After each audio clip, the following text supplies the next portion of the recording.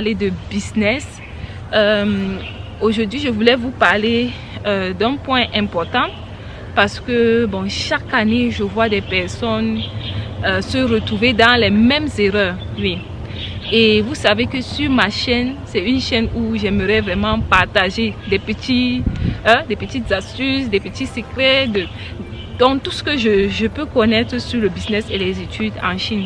C'est vrai que récemment, je fais plus de vidéos d'études, mais bon, ça ne veut pas dire que j'ai abandonné les vidéos business.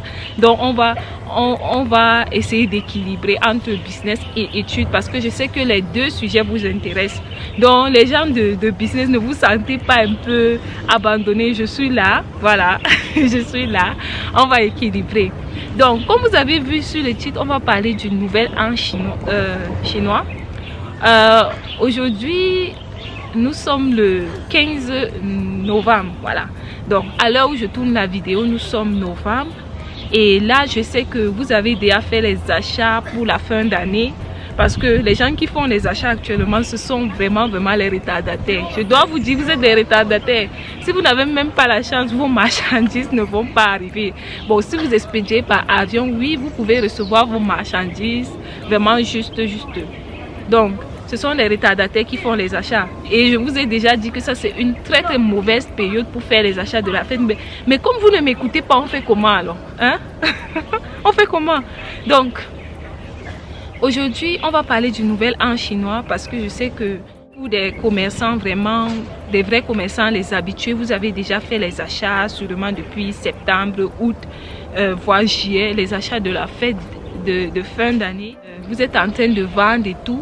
Ma remarque est que chaque année quand même, après les fêtes vers janvier, février, il y a des personnes qui reviennent pour commander des marchandises.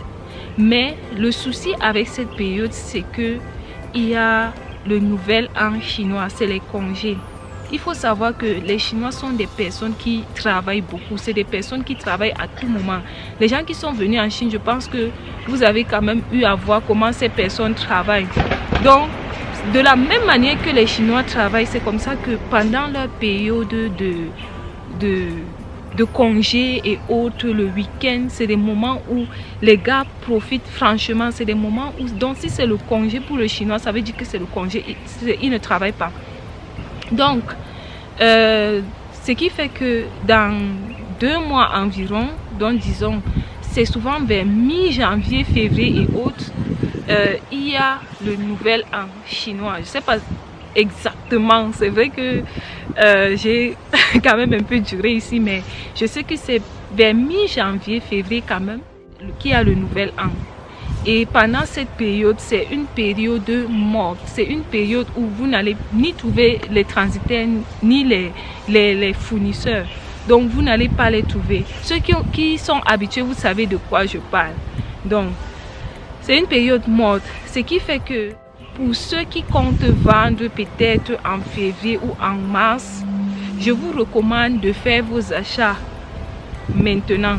Donc, si vous avez du cash quelque part et que vous comptez vendre pour d'autres événements tels que,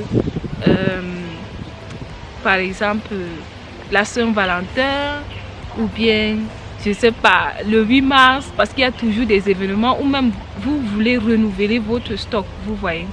Si vous voulez renouveler votre stock, je vous disais que après les fêtes, parce que les gens attendent souvent après avoir vendu pour les fêtes de fin d'année et tout, pour revenir vers janvier, février pour refaire un autre stock. Je comprends souvent quand les gens débutent, c'est pas évident d'avoir vraiment de la liquidité pour tourner et tout. Mais il faut savoir que cette période, c'est une période morte. Donc si vous avez l'intention de vendre en février,